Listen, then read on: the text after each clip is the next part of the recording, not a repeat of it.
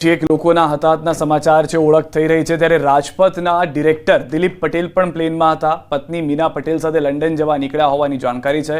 પતિ પત્ની બંને પ્લેનમાં હતા અને સવાર થઈને જઈ રહ્યા હતા. આ દુર્ઘટનાની અંદર અનેક એવા લોકો છે કે જે ઓળખીતા હતા, જાણીતા હતા. અમદાવાદથી પ્લેન લંડન જતું હોય, સ્વાભાવિક રીતે કેટલાય લોકો ગુજરાતી એવા હશે કે જેઓને એકબીજાની ઓળખ હતી કે આ ભાઈને તો હું ઓળખું છું, આ બહેનને તો હું ઓળખું છું, તેવી ઘટના હતી. ને તેમાં વધુ એક નામ છે રાજપથના ડિરેક્ટરનું અને તેમના પત્નીનું પણ. બિલકુલ, તો આવા અનેક લોકો હતા જે આ પ્લેનમાં સવાર હતા અને હવે તેઓ બચી નથી શક્યા. જોકે હજુ પણ ડીએનએ ટેસ્ટ થયા બાદ એ ઓળખ થવાની બાકી છે.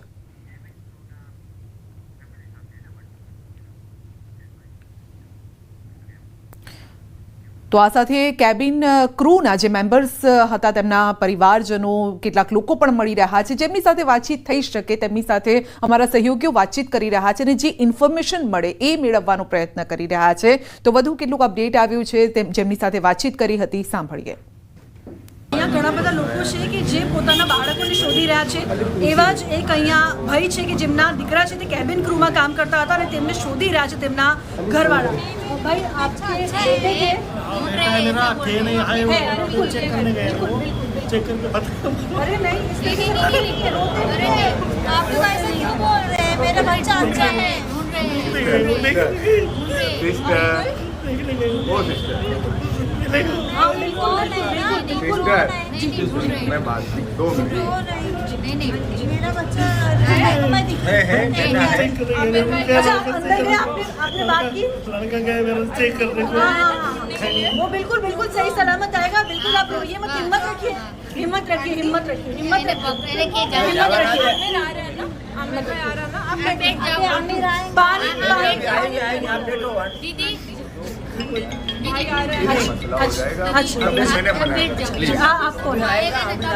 સોશિયલ વર્કર છે.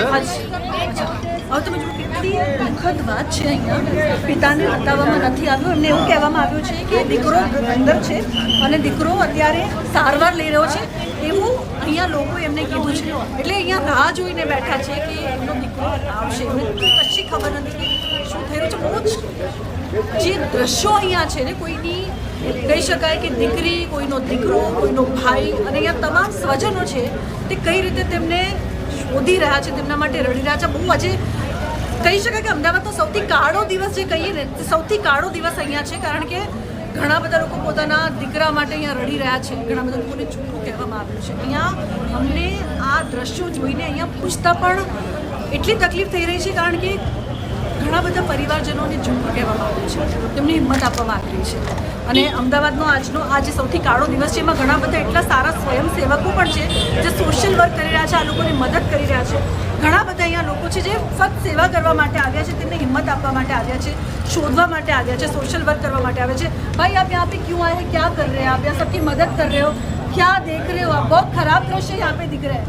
हमें बहुत तकलीफ हो रही है कि इस तरीके से एक बाप रो रहा है और भाई रो रहा है.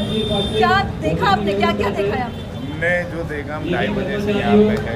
बहुत से बॉडी हमने यहाँ उतारी है और अभी डीएनए होगा बराबर, उसके बाद पता चलेगा कौन है क्या है. और लगभग यहाँ सारे हमारे ट्रस्ट के अलग अलग जो ट्रस्ट है, मुस्लिम हिंदू सब मिलकर अल्हम्दुलिल्लाह सुबह से लगे हुए हैं हर काम में. और हर चीज़ की बंदोबस्त किया हुआ है कि जो संबंधी आते हैं उनके लिए खाना पीना पानी वगैरह यानी हर सुविधाएं यहाँ वो लोग ने सब करके रखी. अच्छा, यहाँ पे जैसे आपने इन पिताजी को हिम्मत दे रखी है और बहुत तकलीफ होती है जब एक इंसान झूठ बोलता है कि आपका बेटा आ रहा है. आपने जैसे मुझे रोक के बताया कि उनका बड़ा नहीं है, ऐसे आपने बहुत सारे दृश्य देखे होंगे आज. मैंने लगभग अभी इतनी बॉडी उतारी है कि ऐसा लगता था कि मेरा दिल पत्थर का होता. और वो पत्थर का दिल जैसा बना के वो काम किया है कि ऐसा दिन कभी बात ना होगा. क्योंकि ये पूरे अहमदाबाद के लिए बहुत शौक भरा दिन है कि बहुत सारे फैमिली के बहुत सारे लोग जो चले गए और वो लोगों को पता भी नहीं. तो इससे काला दिन कभी ना हो. हम सिर्फ हिम्मत देना चाहेंगे उनको एक बार, क्योंकि जिस तरीके से वो रोए हमें भी बहुत बुरा लग रहा है. हम सिर्फ उन्हें हिम्मत देने आएंगे कि उनका बेटा जल्दी आ जाए. આપ જોઈ શકો છો કે અહીંયા એક પિતા છે એ રાહ જોઈ રહ્યા છે પોતાના દીકરાની, અને ઘણા બધા પરિવારજનો છે જે અહીંયા રડી રહ્યા છે, અને આપણું કહેવાય ને કે આમ હૃદય હચમચી જાય તે પ્રકારના દ્રશ્યો અહીંયા સામે આવી રહ્યા છે। આપ કહાં જા રહે, આપ કહાં જા રહે? आप बिल्कुल हिम्मत रखे चाचा, हिम्मत रखे, आपका बेटा वापस आ जाएगा।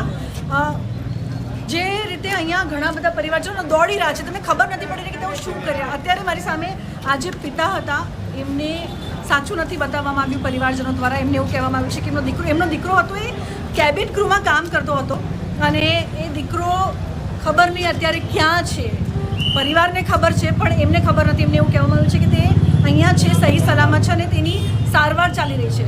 એવા ઘણા બધા દ્રશ્યો અમે અહીંયા જોઈ રહ્યા છે કે જ્યાં એક પિતાને જુઠ્ઠું બોલવામાં આવી રહ્યું છે, એને રાહત આપવામાં આવી રહી છે કે એમના બાળકો સહી સલામત છે, પણ નથી ખબર કે એમના બાળકો ક્યાં પહોંચી ગયા છે।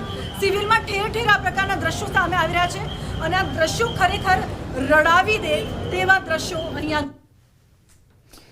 તો હચમચાવી નાખે તેવા દ્રશ્યો છે। અમારા સહયોગી મૌલિક પણ આપણી સાથે જોડાઈ ગયા છે। જે મૌલિક, જ્યારે આ પ્લેન ક્રેશ થયું પહેલાં જ સમાચાર પણ આપ્યા હતા, પહેલું લાઈવ પણ આપ્યું હતું, અને અત્યારે જે પરિસ્થિતિ છે એ સમયે કદાચ જ્યારે પહેલી વખત તમે લાઈવ આપતા હતા એ સમયે કદાચ અંદાજો નહીં હોય કે આટલી મોટી આ દુર્ઘટના સર્જાશે અને 250થી વધુ લોકોના મોત થશે।